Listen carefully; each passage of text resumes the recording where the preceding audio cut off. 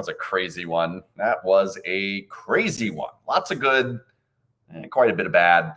We'll try and focus on some of the good first. Obviously, the start to that game, coming off the last game, Golden Knights kind of played like poo-poo last game, and then to come back this game, and they look good. I thought, offensively, doing a lot, getting in front of the goal. Obviously, the second goal there, Marchessault putting that thing back in. Those are the types of things we want to see.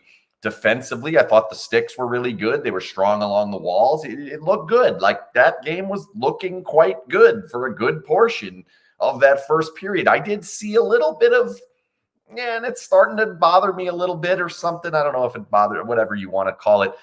In the neutral zone, they're just allowing guys to skate through the neutral zone far too easy. The gap control hasn't been nearly as good as what it needs to be. It just hasn't been to the point and to the level that it can be, and that I think it should be and will be moving forward. And that's part of why I think they're allowing so many goals. But I'll get to some of that in later as we go on. Power play, the one that they score the goal on, and that was a good opportunity and kind of got themselves back into the game and looked like it was going to be enough to get them a point when push came to shove at the end there. Like, that's your classic Golden Knights power play, that little tic-tac-toe down to the side of the goal, back into the low slot, and then bang it home. Like, that's the play that, as long as that's there, that's going to open up a lot of different things. And to see that be an option was really nice. I also liked the fact that it was a very attack-minded power play, especially coming off that type of a penalty. When you get the Kucherov penalty for yapping too much, and I think he's got a point on some of those plays, but he's the type of guy that he's not gonna let it go, and he ends up in the box, and we end up in the situation where we have this chance to kind of get back in the game, even though things aren't going very well. When you really look at the beginning of that third period, 5-on-5 wasn't good. It started getting a little better. The Cotter, Carlson, Waugh line really put in a good shift, had some good opportunities. We then get to the next opportunity. They end up scoring. Then once the game's tied, Vegas looked really good. Like, there was a lot of good opportunities. They were getting pucks to the goal. They were holding the puck in deep. And I thought the puck retrieval was so much better today. Puck support on retrieval. There was like a clear plan today that I think that the Golden Knights are a little bit more comfortable with. I do think it stunts their offense at different times, but they definitely are better at holding the puck in the zone a little bit longer when they're constantly looking for that outlet pass back up to the point. And that usually then allows, when we saw a lot of this today, where the puck is on the half wall and they hit kind of that diagonal outlet pass across the center of the ice. And now we've got a great opportunity with a defenseman standing either directly in the high slot, maybe a little bit closer. Sometimes on the corner of the circle there. I know a circle doesn't have a corner, but you know what I'm saying. That area. And you get these opportunities that are very dangerous, and we get good chances. And I thought that was something that we saw that I don't know that we've seen a lot of recently. And that's been something that I think has been missing, is that when the Golden Knights were at their best in the postseason last year, and certainly down the stretch after the All-Star break, a lot of it was puck possession in the offensive zone. And what was good about last year, and why they were able to go on to win the Stanley Cup, and why the offense didn't dry up really at all throughout the entirety of the postseason run, was because of their ability to get the puck back down deep in the zone and hold it there and make offensive plays from there. We haven't seen as much of that in the past couple of games. So this decision, at least against this team, and we'll see if it continues against Florida, is getting the puck back out to the point and then putting it back down underneath, or taking that quick shot and getting traffic to the front, kind of bringing a different look. Like, that's something that I do think the Golden Knights have to be consistently looking at, because they're going to be one of the most studied teams. They were certainly one of the most studied teams in the offseason. All of these teams that are coming in trying to beat the Golden Knights, they have plans of what they want to do. And if you're basically going to the same idea offensively over and over and over again, you're going to find that it's going to stagnate from time to time. And I don't think the offense has necessarily been a problem in these last couple of games, or at least however far back you want to go. It hasn't really been that big a deal since that little stretch where they couldn't score on the road and they got shut out 3-6 or whatever it was. That was pretty bad, and they weren't holding the puck. They were getting chances. I think recently, certainly the Carolina game, we weren't getting enough possession deep in the zone. And that was leading to not great support. It's taking away from some of the forecheck. The puck recovery isn't as good because we're not in as good of positions to do it. So to see them get back to that today, that's why I felt like throughout that entire game, at least for me, the first period, it was like, okay, the Golden Knights are in a good spot. They're definitely dominating this game, at least as much as you can on the road against Tampa. Get up to the 2-goal lead. You get into the second, they're playing pretty well for a good portion of the second. The whole penalty, power play madness goes on, and we end up in a situation where they get a 5-on-3, they get 2 out of it. And that's where I thought the Golden Knights 5-on-5 kind of fell apart right after that. They gave up a couple of different dangerous chances right after that. And then we end up in the situation that we're in where now you're chasing the game. But to come back in the third period, after a little bit of a slow start, they were able to get it back on the right direction and score some goals and have these opportunities where we're getting different types of looks. I think that's part of what I like to see is when the Golden Knights are really playing great offensively, there's a bunch of different looks. You're seeing a lot of these different things. Now, where we're not seeing, and where I think this is where the entirety of how the Golden Knights are playing has kind of fallen off here quite a bit, and it's why they are struggling to keep the puck out of their net, is something I'm going to tell you after I tell you that this Periscope and all Periscopes are brought to you by the Jimmerson Law Firm. The Jimmerson Law Firm is one of Las Vegas's preeminent law firms specializing in high-stakes business, civil, and family litigation.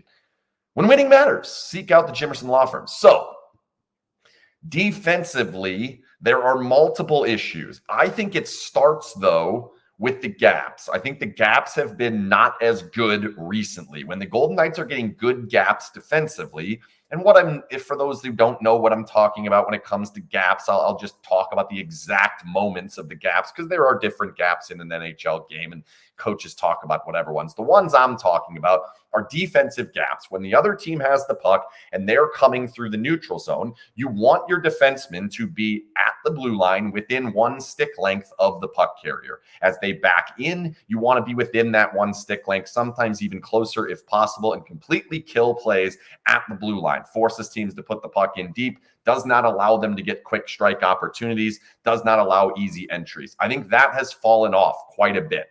Part of that is I think they're missing a right-handed defenseman. They don't have someone on that side. So now one of the 3 groups is going to have that problem. That's been Hutton and McNabb. I think we have seen a bit of that problem. McNabb's gap is going to be good. They're going to go to the other side. Hutton's not necessarily comfortable with it. Do I think he's been terrible? No, but he's been part of a group problem that has been there. Today, it was a huge problem as every single time one of those top 2 lines came out with it, either the Stamkos line or the point line, they were carrying the puck through the neutral zone and making plays across the blue line to gain entry and get quick strike chances. When you get that quick strike chance, usually they're able to get their puck recovery, either send it back on net. We end up with that on the 5th goal, or it can set up and the Golden Knights have to play quite a bit of time in their defensive zone. Then part 2 is they're not supporting the puck well enough. I talked about this in the last one. It was better today.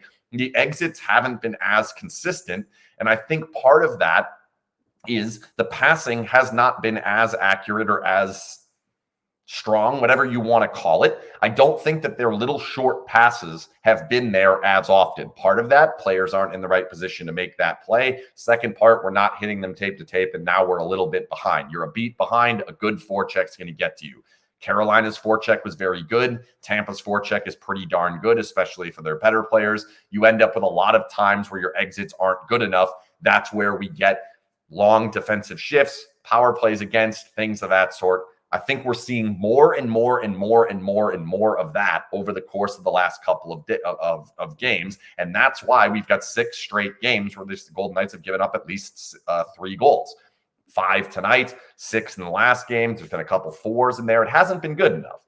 And this is just the style and the system in which the Golden Knights play. Usually, I start at the other end. When the defense is struggling, I ask what's going on with the offense. I actually think the offense has done enough. I think they're doing enough at holding the puck. I think they're doing enough at getting the puck in deep. I don't think there's been a crazy amount of turnovers in the neutral zone. It was pretty bad against Carolina, but really over the course of the last 5-6 games, it hasn't been that bad. So to me, they're doing enough. So now we ask, all right, well, what's going on as the puck's coming back? Starts with gaps. Second thing is exits. And then beyond that, once that has all fallen down, they're just not winning the puck battles in front of the goal. And that, to me, was a problem, was something I was concerned about going into last year's postseason. It's something that hurt the Golden Knights over the course of the last couple of postseasons. Last year, they showed they can win them if they're positionally sound. If everything else is going right, they will win those. That's why I'm not all that worried about that portion of it. Yes, a lot of these goals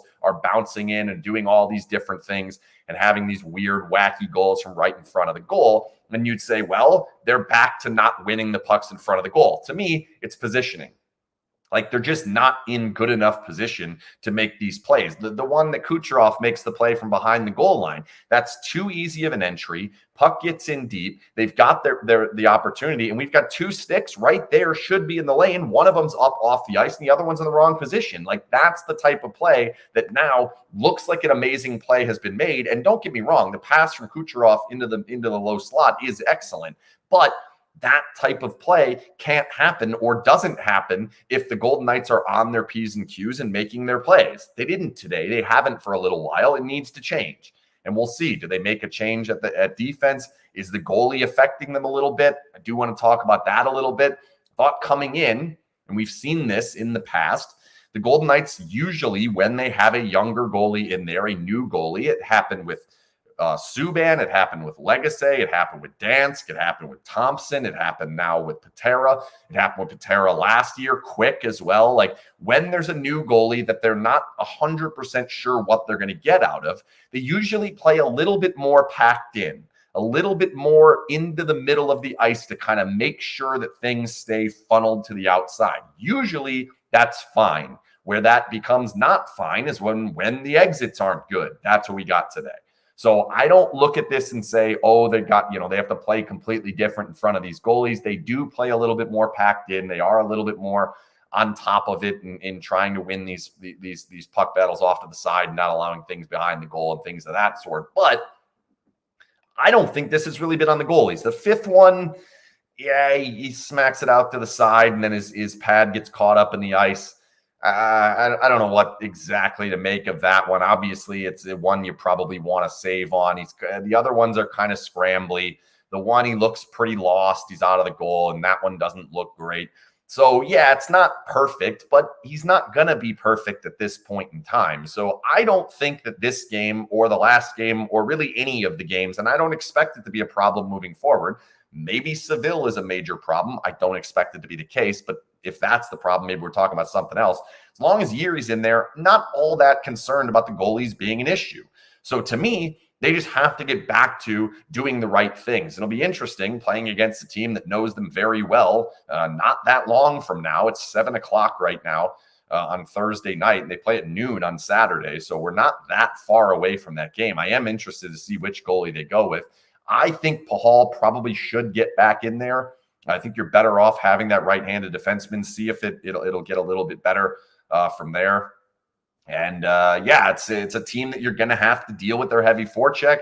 They're going to go to the middle of the ice. You're going to have to do the things that you were able to do in the Stanley Cup final last year. Otherwise, they're going to punish you. And the game that the Golden Knights played 2 nights ago against Carolina, you will get punished by Florida. Today's game, not as bad. Obviously, like I said, 2 goals on the 5-on-3. That changed the game. That's kind of the difference in the game. Golden Knights win the game if that doesn't happen. And I think that's probably the case. The one afterwards probably doesn't happen either. So I don't feel like this was a terrible game, but some of the problems that have been there have continued to be there. And that's not ideal. Let's see. What's this one? What do you think Edmonton wants for Campbell? Yeah, I'm good. I'm good on that. If that's the plan, let Yuri continue and then, see what happens. I do think it's possible they look at the goalie market. Obviously, right now, the rosters are frozen, so they can't make a trade at the moment. So even if they wanted to, you're stuck in the next game. You can possibly get somebody out of the freeze, which is, I think, the day after Christmas. Golden Knights play the back-to-back. Maybe you have somebody by that game on the 28th. before the Winter Classic. I don't know what's going to happen with the Winter Classic. If I were to guess right now, it's probably Yuri. Not sure that's the ideal situation. We got to get a mask for him real quick. So we'll see what happens there. But yeah, I do think they are going to look at it. And how long it goes, I think will tell us a little bit of information about the goalies, that the injuries that we have. They've deemed it an upper body injury. It was mentioned in the tweet. It was mentioned on the broadcast. It was mentioned in the pregame. They do want to make it very clear that it's an upper body injury to Thompson, which means it's a different injury to the one that we saw on Sunday night at T-Mobile. So that must be another injury, which concerns me a little bit, because we had whatever we had on Sunday night. We now have the upper body. We've had this history of guys coming back and going back out. So the more injuries that are piling up to the goalies it's concerning. And then the other thing that I kind of was going over today was, it's now been 9 or 10 months, I think, since February. So maybe it's 11 months. It's been 9 different times a Golden Knights player has played in a game and then has not been able to play in the next game due to injury, whether that's taken out of the game or not. It's been 9 times in 10 or 11 months, however far you want to go back. All of them, to my knowledge, all 9 are non-contact. None of them are player running into goalie, puck hitting in the face, stick through the cage, or whatever it happens to be. They're all non-contact. So that's another part that it's like, all right, well, do we need to bring somebody else in here? And what does that look like? So I do think they will probably look down that path. When that happens, don't think it's going to be that far. Obviously, it cannot happen in the next 4 days, 5 days, whatever it is. I think it's till the 26th, sometime in the nighttime in the 26th. Can we address the bullshit handling of VGK TV viewing? So obviously, for those of you that have Dish, all of a sudden overnight, they just pulled the plug on scripts. I don't fully understand it. I see both sides of it, where like Dish is saying, well, why are they charging us more for this channel when they're offering it for free over the air? I get that. I also understand from the script side, it's like, well, we can offer more because people are watching this channel now. We would like more for it. And you kind of get these back and forth. So I'm not going to get completely into the middle of that. I don't know. All I know is from the Golden Knights fan perspective, there are options. Like, this is not your situation that the Dodgers had back however long that was, or what we were right at the beginning of the franchise when we had Cox blocked going on, where they weren't allowing the AT&T Sportsnet to be there. You have options. Like, you just buy the antenna and you've got it, or buy Nighttime Plus and you've got it. Like, yeah, they're both, there is a cost there. I understand that, but the cost is not prohibitive. The cost is less than a single ticket to go to a game either way. To me, the options are there. I don't think that this one's worth going nuts about. Which side you want to take on Dish versus Golden Knights, or scripts, or whichever, however you want to phrase it, that's on you. I don't care. I don't have a dog in that fight because I don't have Dish and never have. If Cox were to pull it, who I have, maybe I'd have a different situation. But I tell you right now, if Cox pulls the channel tomorrow, I will have a digital antenna on the back of my TV within 15 minutes of finding out that has happened. So I don't think that it's that big of a deal. To me, it's not one to jump off the cliff over. And you know, I would jump off the cliff if there's something to jump off the cliff over. How long do they plan on playing the 2 rookie goaltenders? First off would be through the break. I've said that. And then secondly, results are going to matter. You know, today's results, though I don't think he was terrible, 5 goals is not going to work. Like, that ain't going to be okay. If it continues to be 4 and 5 goals, yeah, they're going to look down a different path. So how far we go, part of it's with the injuries. Does one of these guys come back? Do neither of them come back? I think if neither of them are coming back for, say, 4 weeks, if that's where we're at from now, they will acquire a goalie. If it's a little bit less than that, I think they'll try and ride it out. If, say, it's 2 weeks, 3 weeks, but at the same time, if we're 2 weeks away from one of these guys coming back, are we also not concerned that that could turn into a month, could turn into 2 months right when the player gets back? So you probably need to look at it moving forward. And I think they will. I think they will find a way to do that. Let's see. What else do we have?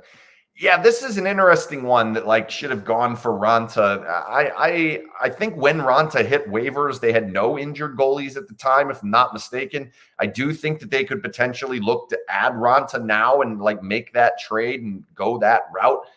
I don't know how much better Antti Ranta is at this point in his career than Jiri Patera. Like I don't know that it's all that different. So again, not overly concerned that that didn't happen. I do think if the timing were different, if Antti Ranta hits waivers today or yesterday or whatever, yeah, we probably are looking down a different path. I do think that would have been a fine move to have made, but it's too late now. And then do you want to trade an asset for a player that just cleared waivers?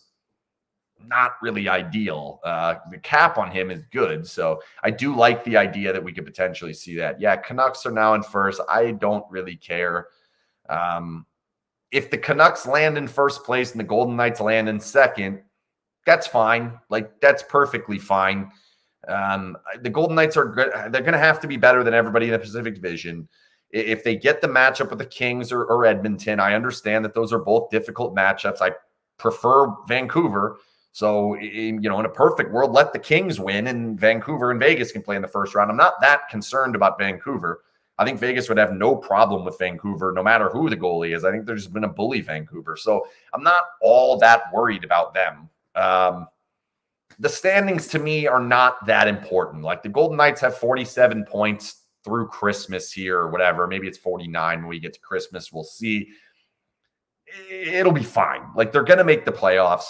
Whether they finish in fourth or third or second, first, whatever, where they are in the division, I don't care. They're good enough to play on the road. They have deep enough rosters and deep enough centers that they're not going to get completely killed by last change or any of that. I think it'll be fine. It's more to me about, can you consistently get back to playing great hockey?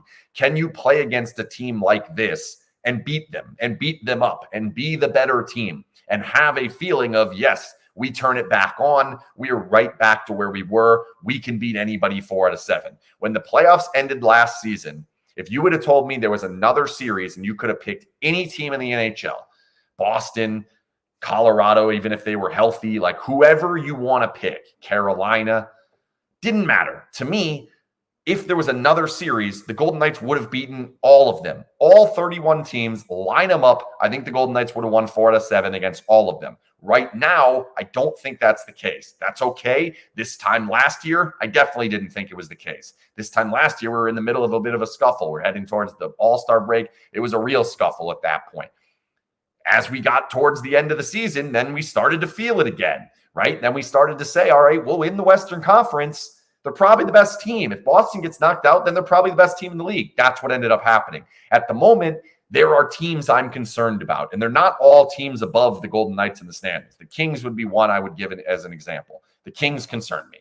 We'll see how that moves forward as we get closer. We get more games with them. Teams are going to change by that time. But to me, let's get back to that. Let's get back to each and every night, whether there's an off night or whatever, the majority of the nights, we get out there and we say, look, if the Golden Knights play a good game, they're going to win this game. Or at the very least, the process is going to be good enough to win 4 out of 7 against this team. That's how we want to be looking. The ultimate goal is not to win the division, is not to win the Western Conference in the regular season, it's not to win the President's Trophy, all of it. None of it matters. It's not where we're at. What we want to do is be better than every single team 4 out of 7 we get to the postseason. The only thing that matters this season is winning the Stanley Cup again. That's the goal. That's what has to happen. Otherwise, they didn't achieve what they set out to do at the beginning of the season. We still look solid, chill. I mean, yeah, like, do I think they're like terrible? No. I still think they're at the moment. If you told me how many teams can beat them in a 7-game series with the way that they're playing at this very moment, even with Hill and or Thompson back, it's like 4, 3. Like, it's not a lot. I don't think it's many, but there are a few. And when you see games going the direction that today went, when the hallmark of the team is defending, and the defending hasn't been at the level that it's been, you start to ask the questions, how can we get better? How can we get back to where we were there? That's the question I'm asking. That's what I'm looking for. That's what I would like to see moving forward. If it happens on Saturday, whatever, we'll see. Let's get into Christmas. Let's get out of Christmas. Let's get through the Winter Classic. And not that all that worried about the next, 4 or 5 games. Would like to see a good game against the Kings, but back-to-back with travel in the middle of it, Winter Classics on the other side of it. The whole thing is not ideal to play your best hockey over the course of the next couple of weeks here.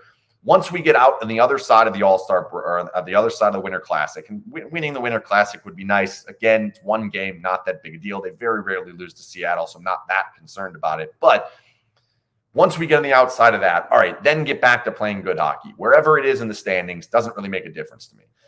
Yes, I am going to Seattle, and if you are going to Seattle, whether it's you, Jonathan, or anyone else that's listening, let me know. We got a group chat in the Discord of a whole bunch of people that are going. I think we got 40 people or so that are going to be up there for that game. We're going to try and get together after the game somewhere.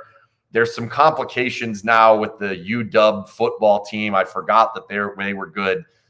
They're in the playoff, and they play in that night. I think that game's at 5. Our game should be over by around 2:30 to 3. So we should be in a situation to get to wherever we want to go pre that, but we're going to figure that out. Get in the Discord. If you're going to go, definitely hop in the Discord and let us know that you're going to go, and we'll give you the information about what we're going to do. It might be just a meeting outside of the stadium. I don't know. We're going to see. We'll figure that out. Thanks again to the Jimmerson Law Firm. Jimmerson Law Firm is one of Las Vegas's preeminent law firms specializing in high-stakes business, civil, and family litigation when winning matters. Seek out the Jimmerson Law Firm. That's all I got for tonight. No Periscope on Saturday.